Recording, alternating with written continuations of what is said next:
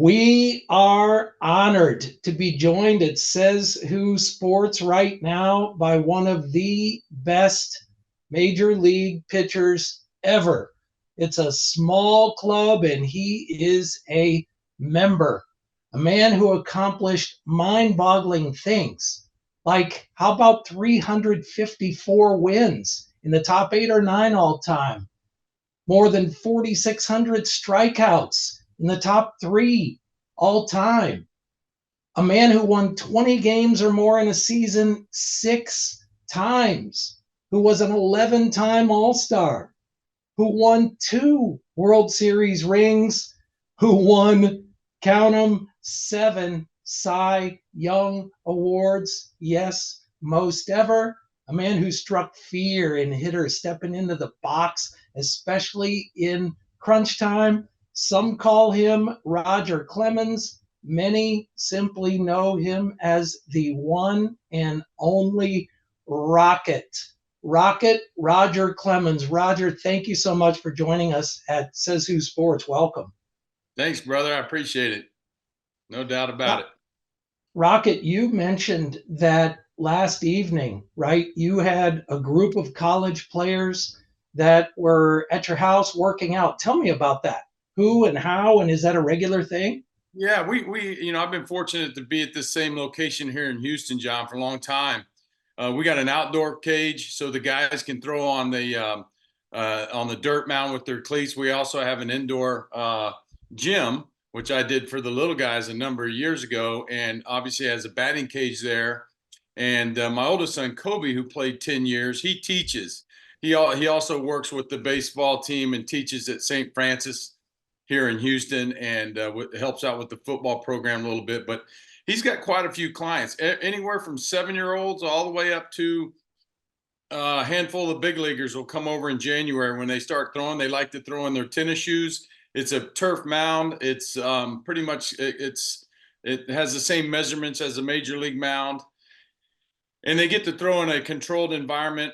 We do have one of those what they would equivalent to TrackMan, and that's a whole nother story for you and I'm kind of in the middle of the road of the analytics. I'm not on the high end or low end because I think it takes away from a lot. And as you can see, with jumping around it, a lot of these guys are going 5 innings and somebody punches in a computer to get them out of the game because the average and all this other stuff. But nevertheless, yeah, we have a bunch of college guys that are getting ready to go play their summer ball. We have high school guys, kids that come over and they need a little tutoring and a little help maybe on their mechanics, really try and keep it simple.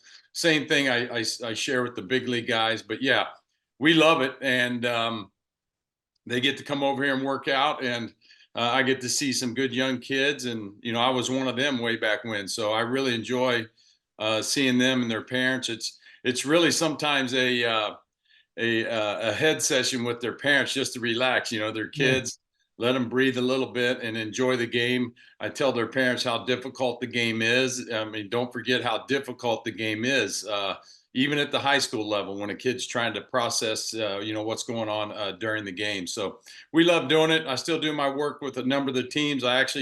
Cody, I was up in Philadelphia, the youngest one, Cody, was with the Phillies.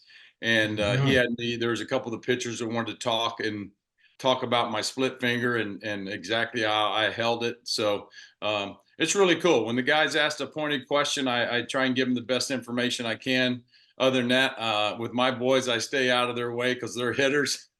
I want to talk hitting with them. They say, "Dad, stay in your lane. You were a good bunter. That's what you were." So just think. I said, well, that bunting got me a couple wins actually when I got to the National League. So, but yeah, it was fun. We enjoy having these kids over here.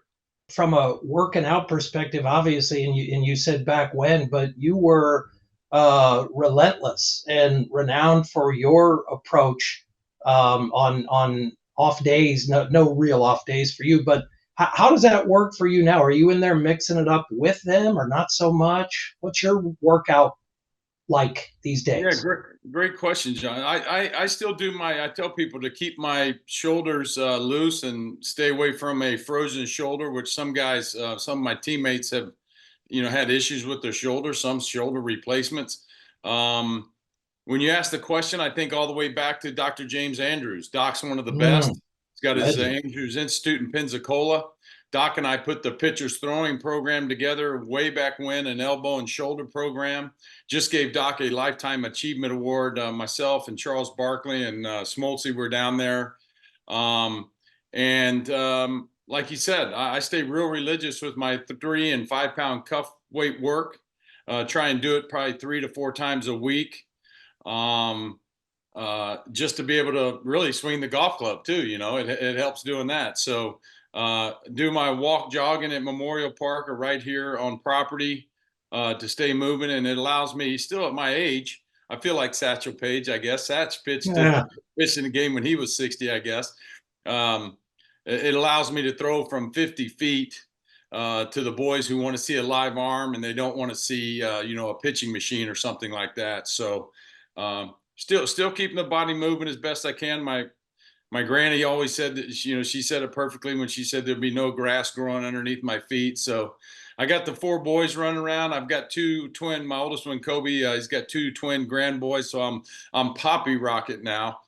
And love it. Oh yeah. So I'm chasing those little monsters around and, just staying busy this time of year. It really is a good schedule, busy schedule.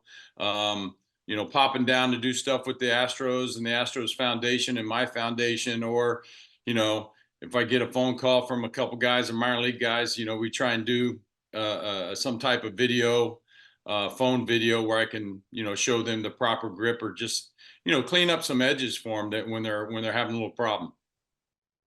Rocket, you mentioned analytics, and in a general sense, from an ignorance perspective, certainly not tapped into it like you or those who are immersed in the game at that level. But I got to tell you, it's tiresome. And I say tiresome from a peripheral perspective. Tuning in to watch a ball game, I don't hear them stop talking in the booth, Roger. It's percentages and angles. Is it still not about you on the mound, getting ahead of the hitter, the basics, the fundamentals of the game? Or does it matter to you if a ball is hit 472 feet instead of 463 feet for a home run? Where are we with this, Roger? Yeah, I mean, you can go a number of ways. Partner. So I think that the thing you said is what I teach a 7-year-old, or I say to a professional pitcher when they realize they're struggling. Strike one. It's the best pitch in baseball still. Get it any way you can get it, whether it's little get me over breaking ball or a quality fastball, strike. Little different in the American League. The guys that are big names, I won't name them because I don't want to embarrass them, but they came over. Very well-known pitchers came over from the National League when we had the pitcher hitting to the American League. And really in the National League, which I experienced my last 3 years of my career, pitching at 42 to 45 years of age, first 2 hitters aren't going to hurt you. They're probably going to put the ball in play. They are the most difficult hitter for me. It's not the power hitter. They've always asked me, who's your most difficult hitter? And I say the contact guys, because I don't want to get an 11 pitch at bat with you right out of the gate. Then I'm not making it to the 8th inning probably. But those guys would come over here and lay that little 2-seamer fastball 92 miles an hour down the middle. And you got somebody like Soriano on our team. He's got 30 bombs and 100 RBIs. You're going to get hurt over here in American League because you're facing 9 hitters. You don't have the break of the guy maybe that's not going to do damage in the 8th hole and then facing the pitcher. So you have that going on. You're also right when back in the day, and never wanted to be one of those guys when you're done playing, back when I played or pitched or whatever. Sure. But it holds true. I mean, Mel Stoudemire would come to the mound in the 7th inning. I got the ball tucked under my armpit. Like, what the heck are you doing out here? Get back in the dugout. I want to finish this, or let me eat outs now. We had a really cool little system with 2 or 3 of my pitching coaches, is that when they saw me laboring a little bit, then we started going by outs. So my incentive and my goal was, I knew that if this guy gets a hit or a walk, I walk him, I'm coming out of the game. So I really was able to empty the tank. And in doing so, I'm getting one step closer to the best closer, Mariano Rivera, in baseball. Mm. And so I started eating outs. And next thing you know, Mo's only got to get 4. Now he's only got to pitch the 9th. Maybe I go out for the 9th. He's only got to get 2 outs, and so on and so forth. So again, I love the analytics. They can talk about it all they want, but I still believe you have to have an eye and a heart test. You're my pitching coach, John. You Mm. come out to the mound. You know I'm laboring a little bit. You got to look me in the eye. You got to know who I am. I want to be out here. I'm not giving you false information. I can get these next two guys, no problem. You don't want to hear I think so. Can you get these guys? I think so. No, you're going right to the bullpen. So a lot of these guys start looking over the shoulder in the fifth inning. The work that, again, I get on them about when they throw their side work or what. I don't see guys running distance anymore. They go in and ride a bicycle for 5 minutes. So your endurance. What I said, whatever happened to your core work? We were doing 450 ab work in between. Somebody like Nolan Ryan, you'd hear Nolan grunting right out of the gate like like one of them tennis players when that ball hits that racket at 130 Mm. miles an hour. You're using your core. We had the distance running and long toss. I keep telling the kids it's a lost art. That long toss will keep your velocity where you want to be. It'll build velocity and it's not going to hurt you. It's not crazy long toss like some of these kids are, throwing it over the light, standards and stuff. You just want to throw from a foul line to deep center field or whatever. But yeah, I don't know. I think they're going to have to pull down the quality starts from 7 innings, 2 runs to 5 innings and 4 runs. And I love the pitch clock. I called most of my game from the mound with my looks. When you were doing your batting gloves or looking in the stands or looking for third base coach signs, I was already putting my pitch into play. I think it's been difficult the last couple of years for some of the major league, even veteran pitchers, instead of the minor league pitchers, because they worked with it for a couple of years on their way to the show. And what I also think, John, has happened, it's turned a lot of guys, which I've told them that, number one, your focus meter, you're just throwing. You've turned it, you were a pitcher a year ago, you're a thrower now. Mm. Because you hear fastball away in your ear with this machine that the catcher's, the pitch comp that the catcher's hitting, and you just grab it and wind up and throw it with no purpose whatsoever, or how you think you're going to get through the lineup the second or third time when it means the most, when this guy's seen everything you had. You're throwing 105 pitches in 5 innings, sometimes 4 innings.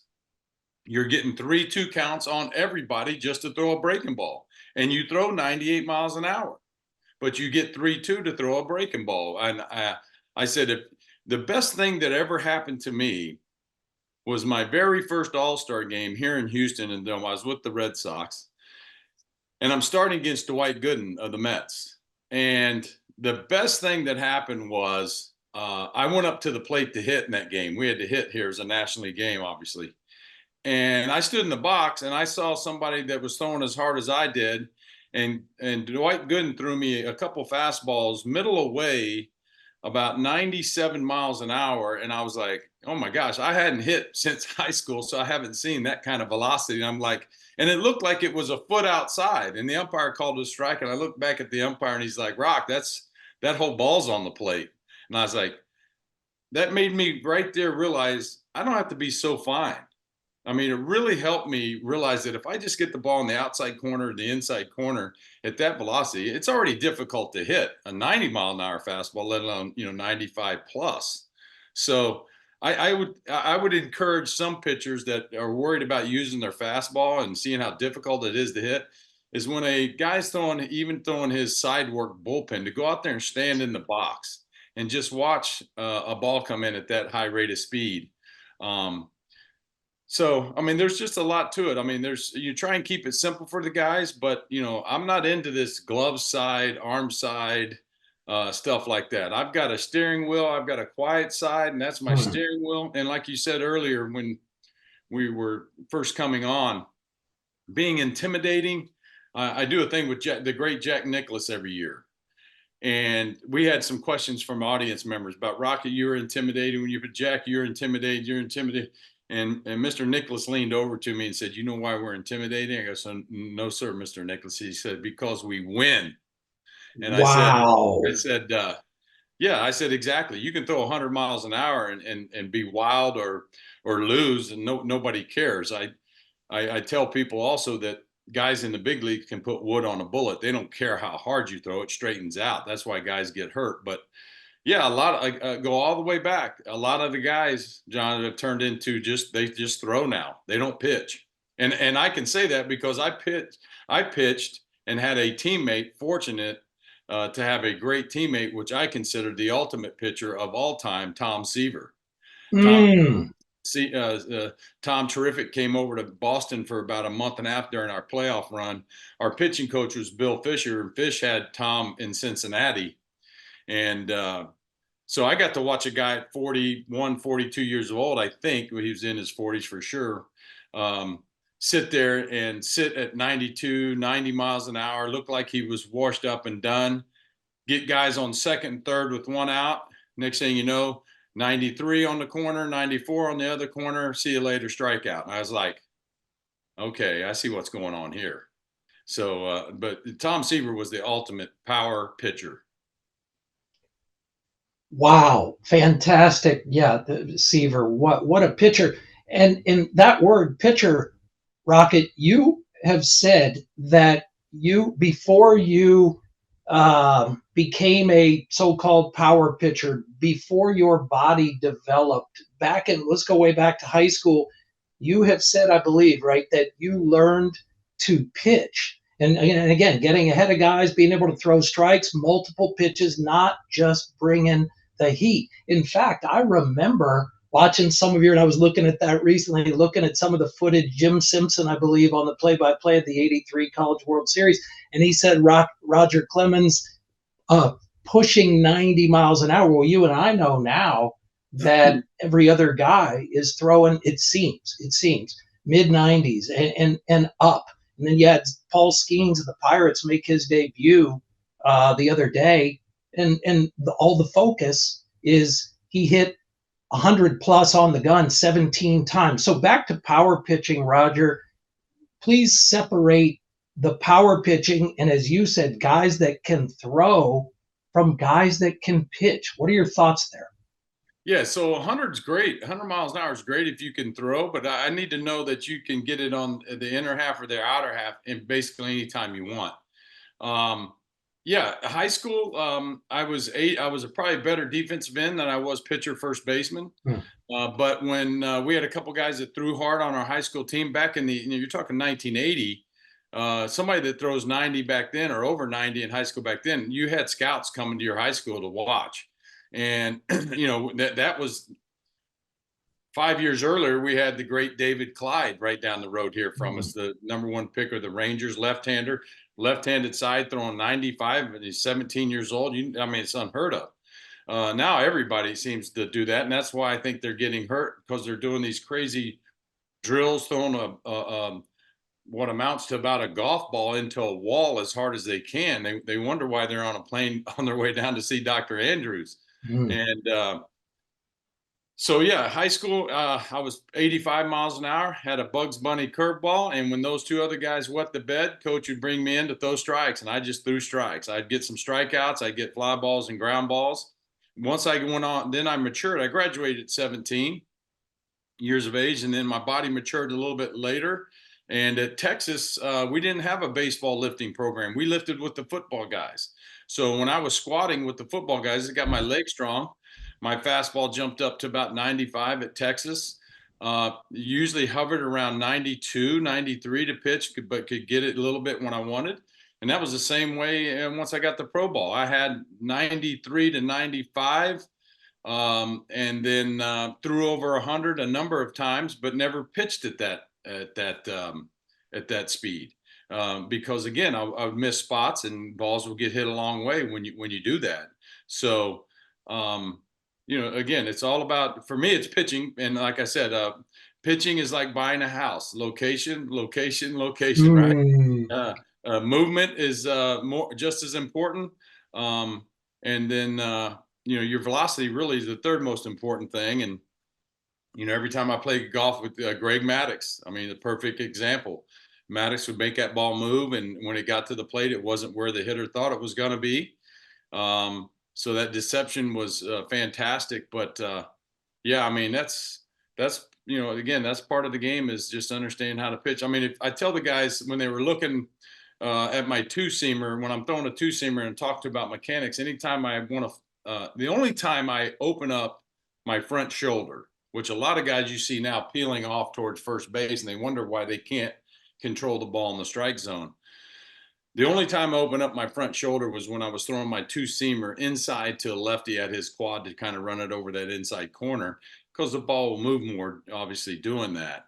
But I tell them to go watch my second 20 strikeout game with the Tigers. I mean, I had my two-seamer was ridiculous. My split finger fastball was as best as it's ever been that night. And as far as gripping learning how to split fingers, easy to throw. It's I say you want to think violent when you throw a split finger, like you want to think fastball, fastball, fastball, and you're throwing a split. So you have the same mechanic, same release point, and you can get that ball to move. It's not violent on your arm. What is difficult, most of the guys that I've been talking to that have hooked a seam on the split finger, they try and get friction to hook one of the seam, either middle finger or pointer finger on a seam. That does tug at your bow. And that's why they're having those little issues with their elbows, because you're getting a ton of friction and ton of pull on that area on your elbow. So you got to be careful with that. Rocket Roger Clemens laying it down for us at Says Who Sports. Wow.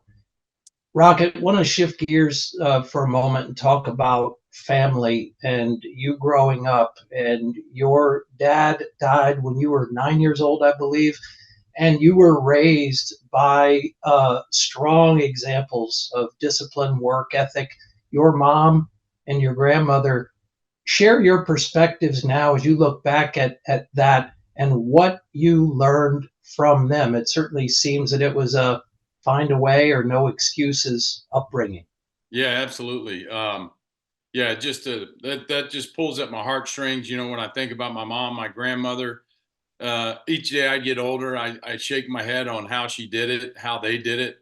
That's why I kind of laugh with people that I hear that are, you're struggling with two children or something like that. My mom had six of us. I had, two brothers, three sisters, and my sisters really reminded me of some situations with mom. About how she kind of kept us in a little bubble while she did all the work to keep the family together. Just worked extremely hard here in Houston. That's why I get mad every once in a while. I don't let it show, but to other people, kind of keep it within. But when they make a comment about all you professional ball players and making your money, that I go, hold on a second. I go, you need to learn my background a little bit. I lost my pops when I was 9. My mom worked 3 jobs. She was an accountant by day. I helped her stock coolers when we were in high school, at a convenience store in the afternoon, sometimes weekends. And we also cleaned buildings on the weekends. She would vacuum and, take out the trash and get the office buildings looking nice to get a little extra money, which bought me a sweet pair of cleats every year for baseball season. And I had a badass red glove. I thought I was it. And of course, I thought we were rich. We were far from it. But also there were times when my mom would be at the kitchen table with her hands, her head buried in her hands, wondering when the electricity was going to get turned off. So she worked her tail off. My granny worked her tail off. My granny said it best: if you're going to be a ditch digger, you be the best ditch digger in the country. And but these two ladies were. My granny had a garden. I worked in that.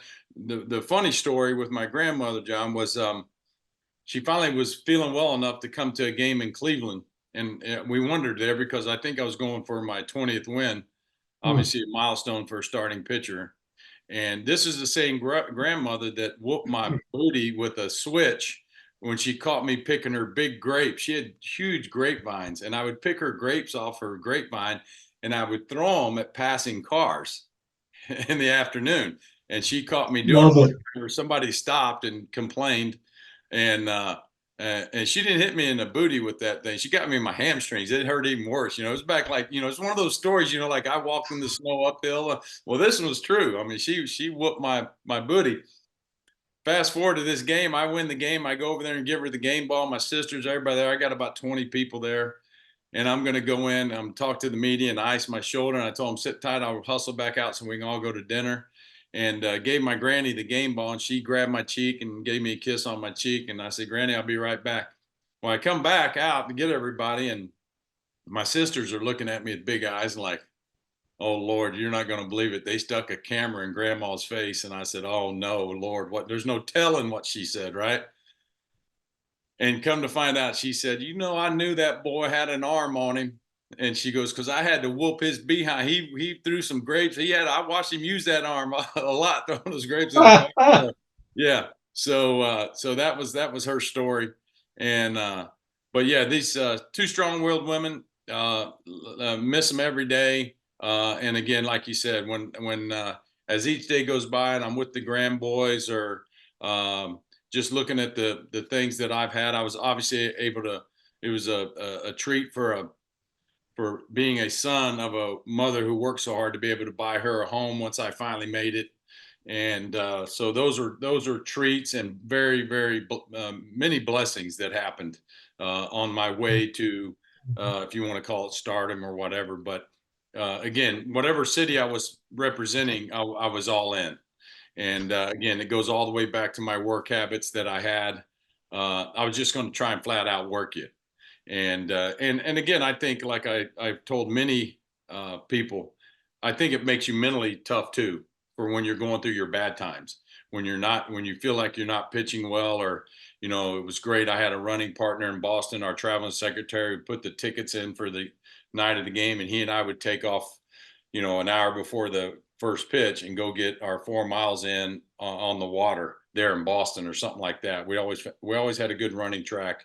I never really liked to run in the stadium in front of the fans, so I always had a 2, 3, or 4 mile map of around each stadium that I could get out and go.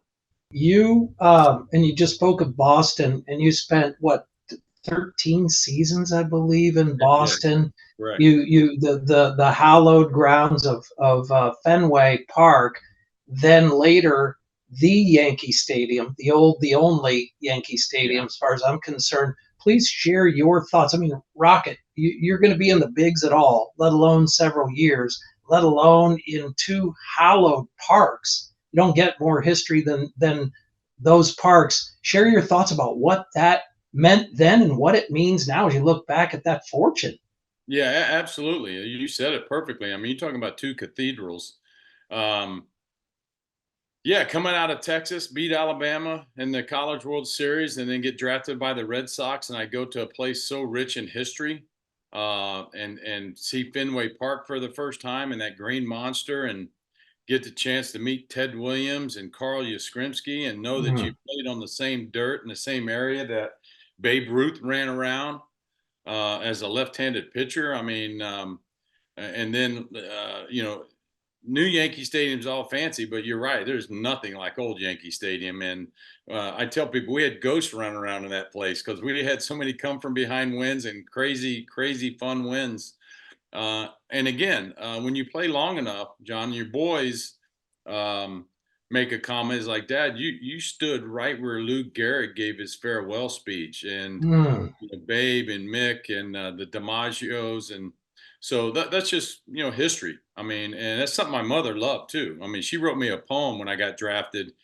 The Rangers and the Astros were on top of us all the time when I was pitching at Texas, being the local, and they had some early picks, so we thought probably going to be one of the home state or hometown teams. And the Red Sox grabbed me, and my mom wrote me a nice poem about Fenway Park, and so yeah, Wrote you a beautiful. nice poem. Sorry to interrupt, Rocket. Yeah, Wrote you a nice poem. What do you mean? yeah. She wrote me a nice little poem about Fenway Park and about Boston and the tradition, and included the Faneuil Hall and what all I was going to kind of see up there. She had a little because I was like, here I am, I think 21 years old, and I'm like, where's Boston? I mean, I got drafted by Boston. I was thinking, one of the Texas teams. So, How uh, cool is that for mom yeah, to do that? yeah, yeah. So she was, she loved it. She obviously loved sports. Our whole family was, playing sports and pretty active. But anyway, yeah. So Yankee Stadium, and then having the opportunity to come out of retirement and play 3 wonderful years here in Houston and flip this town from a football town to a baseball city and get after it. Um, and really coming home to pitch was nice too, because I had even my oldest brother at the time. They didn't have the means to fly up to Boston or New York all the time to be able to check me out. So and check out games. So uh, it was good. It was no doubt about it. But like you said, the history that's there is incredible, and to be able to, Cy Young being there and being able to win his award was pretty special. Rocket, just a couple of more, and so thankful to you for taking the time with us on the road, alias wise. You're in pick a city, either league, depending on your career. Did you use an alias at hotels? How'd that work? Oh yeah, absolutely, absolutely. We had some good ones. I think for 2 years, so somebody catch on to it. I was I think one of the other players, I went with Just in Time, and one of our other guys in the Yankees was Just in Case. Love it. Who was that? I don't know if Jeet used Just in Case or not. I was Just in Time, That and is awesome. I was Wyatt Earp for about 3 years. I had to go with Wyatt Earp. Man, it's the best of the best. Wyatt, my wife Deborah didn't like going through the lobby of the hotel, and they say, "Hello, Mrs. Earp." I was Mr. Seabass for a couple years. Yeah, This is great. Seabass. Yeah, I was DB Cooper, who I still Oh, I like it. whatever happened to that guy. I remember jumping out Right, right. playing with $1 million, and we never heard from him again. So I was DB Cooper.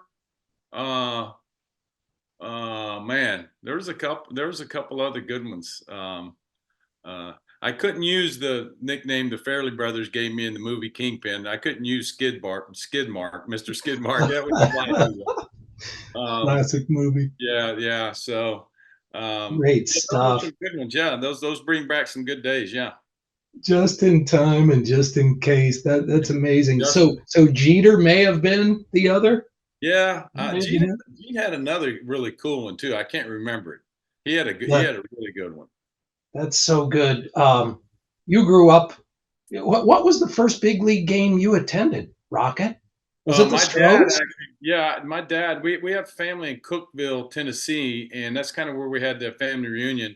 Mac Brown's from Cookeville. He always likes hearing that. Hmm. Mac was coaching our Longhorns, um, and my pops. We were up there, and I actually have the motorcycle in my garage. It's a 1969 BMW, and I found it after it was sold 2 or 3 times, and I refurbished it. Uh, Jay Leno actually took a look at it, and Cougar Mellencamp tried to use. I was going to get it in one of his videos, but it's a 1969 BMW motorcycle. And the reason why I have it is because I went to my first major league game at Crosley Field in Cincinnati. My pops put me on the back of that motorcycle and drove me to Crosley Field to watch the Big Red Machine. Oh, And so that would have been my very first. I was you're right, 8 years old, maybe. It's about a year before my pops passed. Rocket. That is special. We And you're still have talking that to a guy red. who grew up. So he put you on that motorcycle. You still have it, you say? Absolutely. Still have it. And he took you from Cook, did you say Cooksville, Yeah. Tennessee, to Yeah. Crosley Field? So your Yeah. first big league ball game was the Machine. The Big Red Machine. They were all there. So, and when I run into those guys every once in a while, Johnny Benches, I've met Pete a couple times. Got to face Pete Rose, I think, one at bat in a spring training game, my very first spring training game. And on that subject, the guy I really wanted to, I tell the story famously, and we're close, and actually Reggie Jackson's working with the Astros a little bit. I tell him that was my goal. My mother knew that too. I wanted to make it to the majors before Reggie retired. I wanted to face Reggie Jackson, and I was able to Mm. do that at Fenway Park. I was a Red Sox. Reggie was a California Angel, and so that was pretty big thrill. And I think it was probably my third or fourth start. I don't remember, but I know I had a couple starts under my belt. before we got there. But when he was coming to the plate, and our PA announcer, big booming voice, Sherm Feller, Sherm would announce, now batting for the California Angels, number 4. I was like behind the mound going, okay, you're in the big leagues now. This is you're in the big leagues. You're facing Reggie Jackson. Here we go. Did you get him or did he get you? Well, great question. I got him the first 3 times, and I thought my shoulder was going to come off. I was throwing so hard. And his fourth at bat, he hit a 2-run homer in the bullpen off me, and I think I was more happy than he was. That is perfect. Yeah, That's just perfect. Yeah, perfect, man. 2 more, and again, so thankful for your time. Who was, speaking of, and that was Reggie then. What a thrill for all those reasons. Who was the hitter that you, let's say, least liked to face? I don't necessarily mean the hitter who maybe average wise or hits wise did the best off you, but who did you least like to face? Well, again, it was the contact guys for me, the first couple hitters of the game. I mean, I'm trying to throw them what I call my bowling ball, a good hard 2-seamer sinker, middle down here, hit this thing to my shortstop, second baseman, whatever, and get out of there. I don't want to get, again, an 11 pitch at bat with you. The power guys, they're swinging fairly hard. I've got to just stay out of their nitro zone. And I was able to do that with a lot of the power hitters. But what's really cool is, again, my 24 years, I faced the likes of Dave Kingman, Greg Luzinski, Carlton Fisk, Don Baylor. I mean, some of these guys are massive, and they had a campfire going on at home plate. They were on top of that plate, and they weren't moving. Love it. And so you're pitching at Fenway Park, and I want to get a ball inside to this guy, but he's standing on the plate. And I start to put it inside, and I hang on to it too long. I yank it over the middle, and it goes a long way over that green monster if you don't get it in there. So I learned extremely fast how to make a 17-inch plate a 24-inch plate. People pitch inside and say, oh, you hit. No. I pitched inside you had to pitch inside. I mean, there were games over 24 years, maybe 12 games, maybe 15, that you had to clean up a game because somebody hit one of your teammates or whatever, and you're out there and you're doing that. You got to obviously dress and travel with these guys all the time. These are your teammates. So those games are a whole different subject in the professional ranks, but they're like, you pitched inside again to open up the outside corner when guys were covering both sides of the plate. And there were some big boys. And then I pitched all the way to, facing somebody like Pujols to just some tremendous hitters later in my career, as I was in my 40s facing 20-year-olds. And so it didn't get any easier. So the power guys, again, were you had to be careful with them. And I did pitch to the scoreboard at times because, I could tell if my hitters were struggling and we were going to be and I'd also, if I'm pitching against another number 1 or number 2 on the staff on the other side, I'm paying attention, even though I like to sit underneath in the, in the dugout and go through my routine to get ready and kind of review my hitters. I knew how my hitters were doing if we were struggling. And I definitely knew if that guy was on his game right away by the first 2 innings. So I knew that I wasn't afforded to go out there and walk a guy, give up a 2 or 3 run homer, and the game's over. So, you have to pay attention to detail. And having said that, John, I had some wonderful catchers. I still get text on our little milestone days, 20 strikeout games or Cy Young years. My guys will text me because they were a big part of that. Those guys behind the plate were my bread and butter. And I expected. Could you pick one, Rocket? Sorry to interrupt. Could you pick one if you're the guy that, let's say, maybe you felt most comfortable throwing to? I mean, my main guy out of the gates, Richie Gedman, and Getty had tremendous hands. These guys had tremendous hands, and they were great targets to throw to, and they took pride in what they did. Anywhere from Getty to Billy Hasselman to Johnny Marzano to Darren Fletcher, Charlie O'Brien. I mean, Charlie caught I think I think Charlie released a book called Cy Young Catcher. I think he caught like 11 Cy Young seasons, and was quiet and trusted his hands. Said he could have caught me with a pair of pliers, is what he tells me. Love it. So, but Brad Awesomeness here, and I mean, there's so many great guys to throw to. I have to name all of them because I don't care if they caught me for a half a season or they were a rookie and they caught me for 3 games. We would go over the lineup and I would kind of tell them where I wanted to go with and tell them that, hey, whatever I have come out of that bullpen with, let's go with it until that hitter forces us to change. And until he forces us to change, we're going with our best and what we need to throw here, and and attack when we need to, and back off, when the game presents itself. So those guys, again, I can't say enough about all these awards that I have. Those guys are tied. When I look at those Cy Young awards, my catchers are tied to it for sure. Amen. Roger Rocket Clemens is putting on a clinic from a verbal perspective. Incredible what we've learned. Lastly, Roger, I ask you in a general, specific sense, what is your perspective on the state of the game, baseball today? We could be talking high school, college, college getting a lot of attention. Seems to be, those big power arms again, everybody throwing upper 90s. You've got guys with unbelievable tools, the extra year from COVID, so they're older players. Big leagues. What's your perspective on where it is, growth-wise and all the rest? Well, I just say that like I tell a lot of them, it's great that you can throw 100 miles an hour. It used to be, I would say it's great that you can throw 95 miles an hour, whatever. But it's great if you can throw 95 or 100 miles an hour. It's great if you can hit a ball 430 feet. I need a smart player playing behind me. I need you to pay attention to detail of how I'm breaking down a hitter because you're going to get a ball to you. I need you to understand how to get strike one, and your work ethics need to be there. You have to have a great routine. Have a saying in not only at the University of Texas in their pitching lab, but 2 or 3 other stadiums. My saying is, and it definitely holds true, is my only day off is the day I pitch.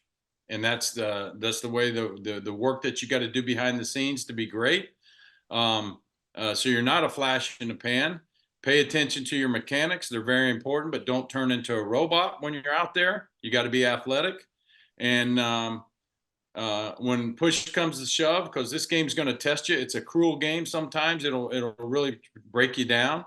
There's nothing worse than going out there and laying an egg when I didn't have good stuff. And all these fans came from different states to watch you perform. So again, there's a lot of times you're going to be out there, you're going to have to click that focus meter 1 or 2 clicks and get locked in with your blinders on and go to work and find out what you're made of. So again, it's not I wish they'd get back to basics. Like I said, your core work, your long toss, and your distance running will make the world go round. I mean, that distance running, a couple miles, 7 minutes is what we were doing, usually 15 minutes or less for 2 miles. And you talking about getting the junk out of your shoulder to get ready to go for your next start. It's the best thing in the world for you. Put your headset on and take off. Core work, long toss, and distance running make the world go round. Bam. That's the rocket. Roger, thank you so much for taking the time again. We've learned so much from you. And most of all, thank you for everything you've done for not just baseball, but sports. So honored to have you in at Says Who Sports, Roger. You got it, brother. Thanks for asking. I appreciate it. Thank you too. Best to you and the family.